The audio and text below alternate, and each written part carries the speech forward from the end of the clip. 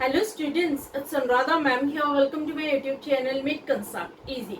आज के video lecture में क्लास 12 अकाउंटेंसी को कंटिन्यू करते हुए मैं आपको टीएस गरेवाल बुक के आगे के क्वेश्चंस कंटिन्यू करूंगी। चैप्टर है अकाउंटिंग फॉर शेयर कैपिटल और टॉपिक है for feature and reissue of shares.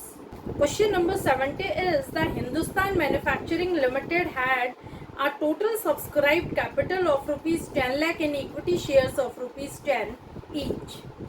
देखो, हिंदुस्तान मैन्युफैक्चरिंग लिमिटेड का सब्सक्राइब कैपिटल गिवन है जो है रुपीज 10 लाख। एक शेयर की वैल्यू गिवन है जो है rupees 10, of which 750 were called. यहाँ लिखा है कि कंपनी ने 7.5 रुपए तक कॉल की है, लेकिन आगे क्या लिखा है कि final call of rupees 250 was made, यानी जो 7.5 रुपए है इसे हम इग्नोर कर देते हैं क्योंकि कंपनी ने आगे भी कॉल की है, यानी पूरे के पूरे 10 रुपए कंपनी ने मंगवाए हैं। A final call of rupees 250 was made and all amount paid except 2 calls of rupees 250 each in respect of 100 shares held by D. देखो, जब कंपनी ने 2.5 रुपए फाइनल कॉल के मंगवाए तो कंपनी को सारा का सारा पैसा मिल गया, सिर्फ 100 शेयर्स को छोड़कर। 100 शेयर एक शेयर होल्डर डी के पास थे, उसने कंपनी को ना तो फर्स्ट कॉल के 2.5 रुपए पे किए और ना ही फाइनल कॉल के 2.5 रुपए। These shares were forfeited and reissued at ₹8 पर शेयर। तो कॉल्सन एरियर अराइज हो गया, इस वजह से कंपनी ने डी के 100 शेयर को कर दिया फॉरफिट और बाद में इन 100 शेयर को री इश्यू भी कर दिया ₹8 पर शेयर के हिसाब से। Pass necessary journal entries to record the transactions of final call for feature of shares and reissue of forfeited shares. Also prepare the balance sheet of the company. अब देखो, पहले पेमेंट का structure समझ लेते हैं। Company का 10 रुपए का शेयर है, कंपनी ने 2.5 रुपए मंगवाए हैं फर्स्ट कॉल के समय और 2.5 रुपए मंगवाए हैं फाइनल कॉल के समय। लेकिन एक शेयर होल्डर डी है जिसने ना तो फर्स्ट कॉल का पैसा पे किया और ना फाइनल कॉल का, यानी उसने एप्लीकेशन और अलॉटमेंट का पैसा पे कर दिया। तो सबसे पहले तो हम निकालते हैं कि डी ने कितना एप्लीकेशन और अलॉटमेंट का पैसा पे किया। कैसे निकालेंगे? देखो, 2.5 रुपए आप फर्स्ट कॉल के ले लेंगे प्लस 2.5 रुपए आप फाइनल कॉल के ले लेंगे, तो 5 रुपए हो गए। अब शेयर की फेस वैल्यू है 10 रुपए, 10 रुपए में से आप 5 रुपए माइनस कर देंगे, इसका मतलब 5 रुपए डी ने एप्लीकेशन और अलॉटमेंट के समय पे कर दिए थे। तो यहाँ पर आप लिखेंगे ₹5 जो एप्लीकेशन प्लस अलॉटमेंट का पैसा है जो डी ने पे कर दिया था। क्लियर? तो आपको स्ट्रक्चर समझ में आ गया। कंपनी ने 10 रुपए फेस वैल्यू का शेयर इश्यू किया था, जिसमें से कंपनी ने 5 रुपए एप्लीकेशन और अलॉटमेंट के समय मंगवाए थे, 2.5 रुपए फर्स्ट कॉल के समय और 2.5 रुपए फाइनल कॉल के समय, यानी पूरे के पूरे 10 रुपए कंपनी ने शेयर होल्डर से मंगवाए। क्लियर? अब देखो, क्वेश्चन में सब्सक्राइब्ड कैपिटल गिवन है ₹10 लाख। आपको number of shares find out करने हैं कि कंपनी ने कितने शेयर इश्यू किए थे। कैसे फाइंड आउट करेंगे? देखो, 10 लाख को आप शेयर की फेस वैल्यू से डिवाइड कर देंगे। शेयर की फेस वैल्यू है 10 रुपए, यानी एक शेयर 10 रुपए का है। 10 लाख को 10 से डिवाइड करेंगे तो 1 लाख शेयर्स आ जाएंगे, यानी पब्लिक ने 1 लाख शेयर्स के लिए सब्सक्राइब किया था। जब क्वेश्चन में सब्सक्राइब्ड कैपिटल गिवन हो तो हम एज्यूम कर लेते हैं कि जो सब्सक्राइब्ड कैपिटल है वही इश्यूड कैपिटल भी है, यानी कंपनी ने 1 लाख शेयर्स इश्यू किए थे और लोगों ने 1 लाख शेयर्स के लिए सब्सक्राइब किया है। तो आपको नंबर ऑफ शेयर्स पता लग गया कि कंपनी ने कितने शेयर्स इश्यू किए थे। कंपनी ने 1 लाख शेयर्स इश्यू किए थे, एक शेयर था 10 रुपए। अब देखो, जब कंपनी ने फाइनल कॉल की डिमांड की तो कंपनी को सारा का सारा पैसा मिल गया था 1 लाख शेयर पर, लेकिन डी एक ऐसा शेयर होल्डर था जिसको कंपनी ने 100 शेयर्स अलॉट किए थे। उसने ना तो फर्स्ट कॉल का पैसा दिया ना ही फाइनल कॉल का पैसा, तो कंपनी ने उसके शेयर को कर दिया फॉरफिट। और फॉरफिट करने के बाद कंपनी ने इन शेयर्स को री इश्यू भी कर दिया। कैसे री इश्यू किया? 8 रुपए पर शेयर के हिसाब से कंपनी ने ये शेयर्स किसी और को बेच दिए। क्लियर? अब हम स्टार्ट करते हैं जर्नल एंट्रीज पास करना। देखो क्वेश्चन में बोला गया है कि आपको फाइनल कॉल की एंट्री भी दिखानी है, फॉरफीचर की एंट्री भी दिखानी है और री इश्यू की एंट्री भी। तो हम स्टार्ट करते हैं फाइनल कॉल की एंट्री से। फर्स्ट एंट्री होगी share final call account debit to share capital account. Company ने फाइनल कॉल के समय कितने पैसे मंगवाए थे? देखो अभी अभी मैंने नंबर ऑफ शेयर्स कैलकुलेट किए हैं। 1 लाख शेयर कंपनी ने इश्यू किए थे और फाइनल कॉल पर मंगवाए हैं 2.5 रुपए, यानी कंपनी ने 2,50,000 रुपए मंगवाए हैं फाइनल कॉल के समय। तो फाइनल कॉल को डेबिट करेंगे ₹2,50,000। शेयर कैपिटल के सामने भी लिखेंगे ₹2,50,000। नरेशन होगी फाइनल कॉल मनी ड्यू। अब देखो सेकेंड एंट्री में कंपनी रिसीव करेगी फाइनल कॉल की अमाउंट। तो क्या कंपनी को पूरे के पूरे 2.5 लाख रुपए मिलेंगे? नहीं। क्यों नहीं मिलेंगे? क्योंकि डी एक ऐसा शेयर होल्डर है जिसके पास 100 शेयर हैं। इसने फाइनल कॉल के 2.5 रुपए पे नहीं किए। देखो 100 शेयर है डी के पास, उसने 2.5 रुपए पे नहीं किया, यानी 250 रुपए उसने फाइनल कॉल के समय कंपनी को पे नहीं किए। तो 250 आप डिडक्ट करेंगे 2,50,000 में से। 2,50,000 में से जब आप 250 माइनस करेंगे तो अमाउंट आएगी ₹2,49,750। ये कंपनी को रिसीव हुई है amount at the time of final call. Clear?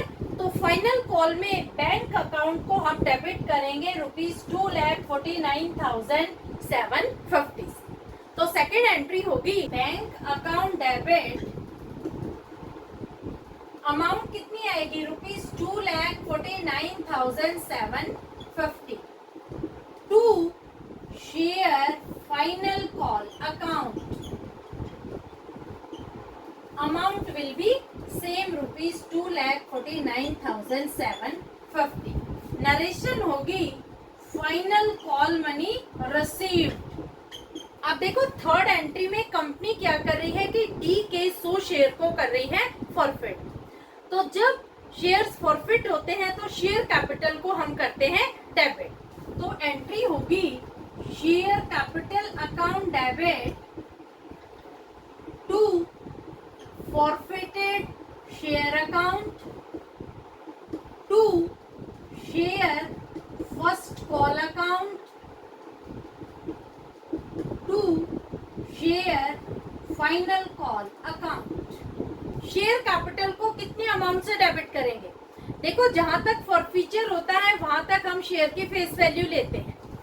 यहाँ फॉरफीचर फाइनल कॉल तक हुआ है क्योंकि शेयर होल्डर ने 2.5 रुपए जो फाइनल कॉल के हैं वो भी पे नहीं किए और 2.5 रुपए फर्स्ट कॉल के भी पे नहीं किए। तो फॉरफीचर के समय हम शेयर की पूरी फेस वैल्यू लेंगे जो है ₹10।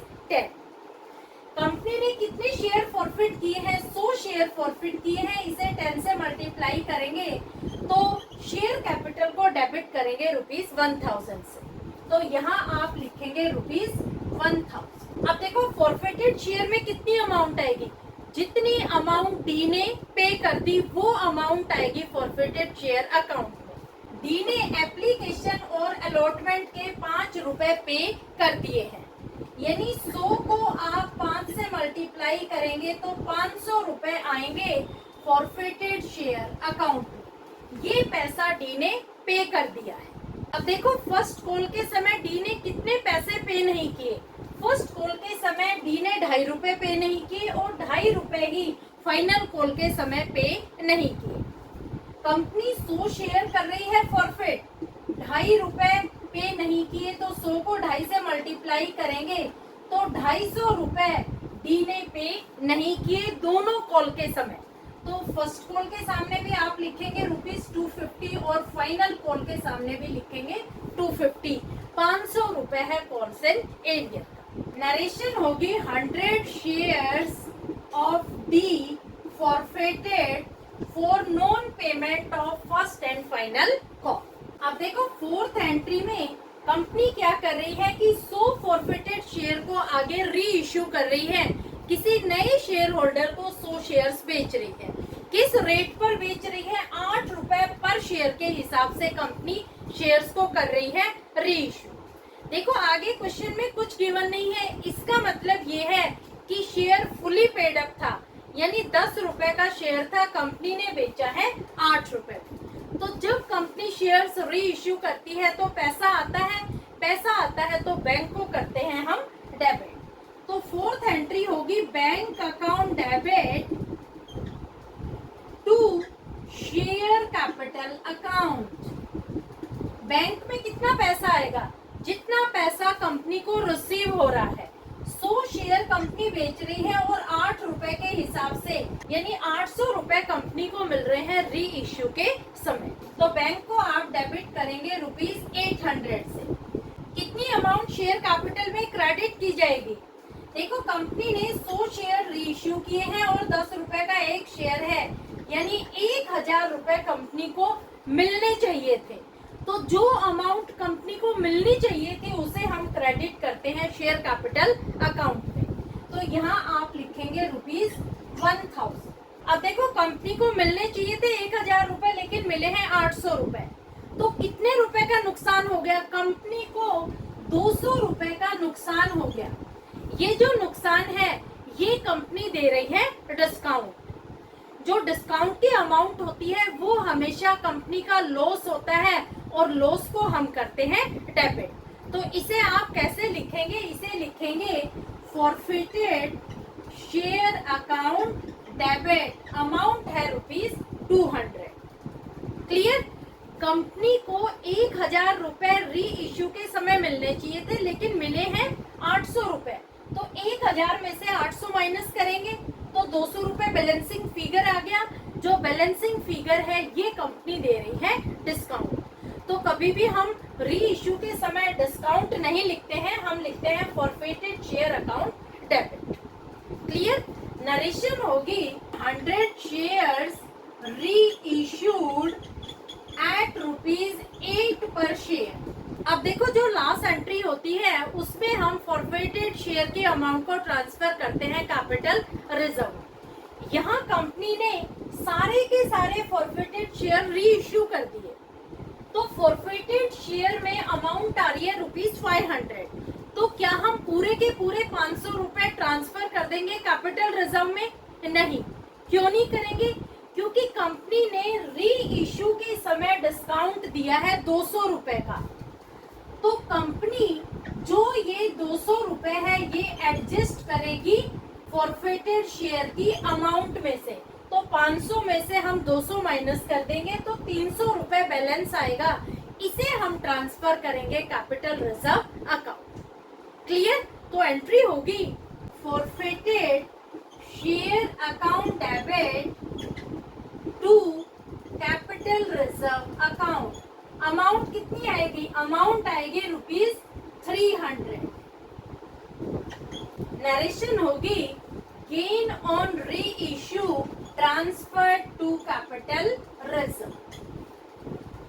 इस तरीके से इस क्वेश्चन में आपको 5 एंट्री पास करनी है। क्लियर? तो होपफुली आपको सारी एंट्री समझ में आ गई होंगी। ये है सॉल्यूशन क्वेश्चन नंबर 70 का। लेकिन देखो क्वेश्चन अभी खत्म नहीं हुआ है। क्यों नहीं खत्म हुआ है? क्योंकि क्वेश्चन में आपको बैलेंस शीट बनाने के लिए भी बोला गया है। तो अब मैं बना रही हूँ इस क्वेश्चन की बैलेंस शीट। देखो बैलेंस शीट में पहले नोट्स टू अकाउंट बना देती हूँ, बाद में मैं आपको बैलेंस शीट बना के दिखा दूंगी, क्योंकि पूरी की पूरी बैलेंस शीट बोर्ड पे नहीं आ पाएगी। तो पहले हम बनाते हैं notes to account. Notes to account में सबसे पहला आता है शेयर कैपिटल। शेयर कैपिटल में सबसे पहले आपको लिखना होता है अथॉराइज्ड कैपिटल। देखो, जो अथॉराइज्ड कैपिटल है ये क्वेश्चन में गिवन नहीं है। क्वेश्चन में गिवन नहीं है तो भी आपको नोट्स टू अकाउंट में लिखना होगा अथॉराइज्ड कैपिटल। कैसे आप लिखेंगे? Dash shares of ₹10 each. जब आपको शेयर का पता ही नहीं है कि कितने शेयर हैं, तो यहाँ अथॉराइज कैपिटल भी आपको नहीं पता होगा, तो यहाँ आप अमाउंट में भी डैश लिख करके और नीचे खींच देंगे 2 लाइन। ठीक है। अथॉराइज कैपिटल के बाद दूसरा आता है इशूड कैपिटल, लेकिन क्वेश्चन में सब्सक्राइब्ड कैपिटल गिवन है ₹10 लाख। देखो, जब क्वेश्चन में सब्सक्राइब्ड कैपिटल गिवन हो इसका मतलब इशूड कैपिटल भी सेम है, तो यहाँ इशूड और सब्सक्राइब्ड कैपिटल दोनों है सेम, तो मैं इशूड कैपिटल ना लिख करके मैं लिख रही हूँ सब्सक्राइब्ड कैपिटल। कितना है सब्सक्राइब्ड कैपिटल? हमने नंबर ऑफ शेयर्स कैलकुलेट किए थे 1 लाख शेयर्स ऑफ ₹10 ईच, तो यहाँ अमाउंट आ जाएगी ₹10 लाख। इसके नीचे भी आप खींच देंगे 2 लाइन। देखो, वैसे सब्सक्राइब्ड कैपिटल में 2 हेडिंग होती हैं, एक होती है subscribed and fully paid up, दूसरी होती है subscribed but not fully paid up. लेकिन यहाँ पर हम subscribed and fully paid up लेंगे। क्यों हम subscribed and fully paid up लेंगे? क्योंकि कंपनी ने सारे के सारे फॉरफिटेड शेयर्स को कर दिया री इश्यू, तो ये जो 10 लाख रुपए हैं ये है सब्सक्राइब्ड कैपिटल में subscribed and fully paid up. Clear? अब देखो, सेकंड नोट आएगा रिजर्व एंड सरप्लस का। रिजर्व एंड सरप्लस में कैपिटल रिजर्व आएगा। देखो, जब हमने एंट्रीज पास की थी तो कैपिटल रिजर्व में कितनी अमाउंट ट्रांसफर की थी? हमने ट्रांसफर किए थे 300 रुपए, तो यहाँ आप कैपिटल रिजर्व के सामने लिखेंगे ₹300। ठीक है। इसके नीचे भी आप 2 लाइन खींच देंगे। तीसरा नोट आएगा कैश एंड कैश इक्विवेलेंस। इसके नीचे आप लिखेंगे कैश एट बैंक। कितनी अमाउंट आएगी कैश एट बैंक में? इन दोनों को आप ऐड कर देंगे तो अमाउंट आएगी ₹10,03,00,000। अब देखो, कंपनी की बैलेंस शीट में तीनों नोट्स को हम कैसे दिखाएंगे? अमाउंट आप ध्यान रखना, मैं मिटा रही हूँ इसे क्योंकि अब मैं प्रिपेयर कर रही हूँ कंपनी की बैलेंस शीट। देखो, बैलेंस शीट बनाने के लिए सबसे पहले आप कंपनी का नाम लिखेंगे। नाम है हिंदुस्तान मैन्युफैक्चरिंग लिमिटेड। नीचे आप लिखेंगे बैलेंस शीट। फिर आप 3 कॉलम बना लेंगे। एक कॉलम है पर्टिकुलर्स का, दूसरा नोट नंबर, तीसरा है अमाउंट का। सबसे पहले आप लिखेंगे equity and liabilities. Equity and liabilities के नीचे आप लिखेंगे शेयर होल्डर्स फंड। अब देखो, शेयर होल्डर्स फंड में सबसे पहले आएगा शेयर कैपिटल और दूसरा आएगा reserve and surplus. Share capital के सामने नोट नंबर में आप डालेंगे नोट नंबर 1 और अमाउंट आएगी जो हमने नोट्स टू अकाउंट में लिख रखी है नोट नंबर 1 के सामने। तो अमाउंट है ₹10 लाख। रिजर्व एंड सरप्लस में नोट नंबर में डालेंगे नोट नंबर 2। अमाउंट कितनी है? अमाउंट है ₹300। इन दोनों का टोटल करेंगे तो अमाउंट आएगी ₹10,03,00,000। इसके नीचे आप खींच देंगे 2 लाइन। क्लियर? यहाँ आप लिख देंगे टोटल। अब देखो, दूसरा आप लिखेंगे एसेट्स। एसेट्स में आप लिखेंगे करंट एसेट्स। करंट एसेट्स में आप लिखेंगे cash and cash equivalents. Note number में डालेंगे नोट नंबर 3। अमाउंट कितनी आएगी? जितनी अमाउंट नोट्स टू अकाउंट में नोट नंबर 3 के सामने लिखी हुई है, तो अमाउंट है ₹10,03,00,000। इसका टोटल करेंगे तो टोटल भी आएगा ₹10,03,00,000। इसके नीचे खींच देंगे 2 लाइन और यहाँ आप लिख देंगे टोटल। दोनों का टोटल सेम होना चाहिए। तो इक्विटी एंड लायबिलिटी साइड है और जो एसेट साइड है, इन दोनों का टोटल मैच होना चाहिए। क्लियर? तो इस तरीके से आपको बनानी है हिंदुस्तान मैन्युफैक्चरिंग लिमिटेड की बैलेंस शीट। जो मैंने बैलेंस शीट बनाई है, ये बैलेंस शीट आप पहले बनाएंगे और इस बैलेंस शीट के नीचे जो मैंने नोट्स टू अकाउंट बनाया था वो आप इसके नीचे बनाएंगे। क्लियर? मैंने तो आपको अंडरस्टैंडिंग पर्पस से पहले नोट्स टू अकाउंट बना के दिखा दिया, लेकिन आपको पहले नहीं बनाना है नोट्स टू अकाउंट। पहले आपको ये बैलेंस शीट बनानी है और उसके नीचे आपको बनाना है नोट्स टू अकाउंट। तो अब हो जाता है आपका क्वेश्चन नंबर 70 कंप्लीट। होपफुली आपको पूरा क्वेश्चन समझ में आ गया होगा। फिर भी कोई क्वेरी हो तो feel free to comment in comment box. ज्यादा से ज्यादा बच्चों को वीडियो शेयर करो ताकि हर बच्चे की क्वेरी क्लियर हो जाए, चाहे वो फॉर फ्यूचर से रिलेटेड हो, चाहे वो री issue of shares. Thank you so much.